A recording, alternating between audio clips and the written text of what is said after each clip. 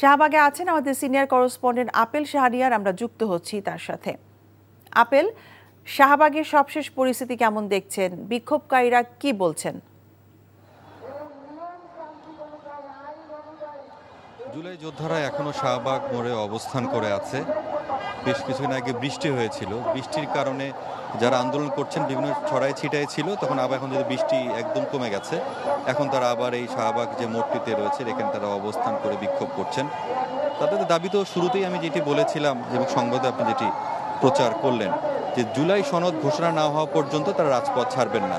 তবে এখনকার প্রেক্ষাপট হচ্ছে যে আস্তে আস্তে বিভিন্ন সময় আসলে অন্যান্য জায়গা থেকে যে সারা দেশ থেকে যে আন্দোলনকারীরা যে আসছিল তাদের সংখ্যাটা বাড়ছে, আমি এটি লক্ষ্য করলাম।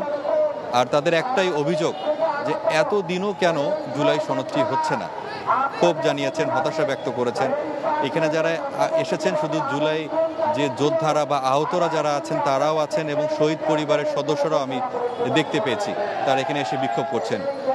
এখন সবসময় যে আন্দোলনগুলো হলে কোনো না কোনো ট্যাগ দেওয়ার যে রাজনীতি আমরা লক্ষ্য করছি, সেখানে যারা বক্তারা এখানে বক্তব্য রাখছেন কোনোভাবেই যাতে ট্যাগ না দেওয়া হয়।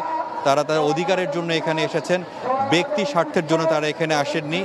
শুধু এই যে গণ অভ্যুত্থানে যারা স্বতঃস্ফূর্তভাবে যারা আন্দোলনে যুক্ত হয়েছিলেন তাদের ভবিষ্যৎ, তাদের একটি স্বীকৃতি দেওয়ার ক্ষেত্রে কেন গড়িমসি করা হচ্ছে, সেই ক্ষোভ হতাশা তারা তাদের এই বক্তব্যের মাধ্যমে তারা বলছেন।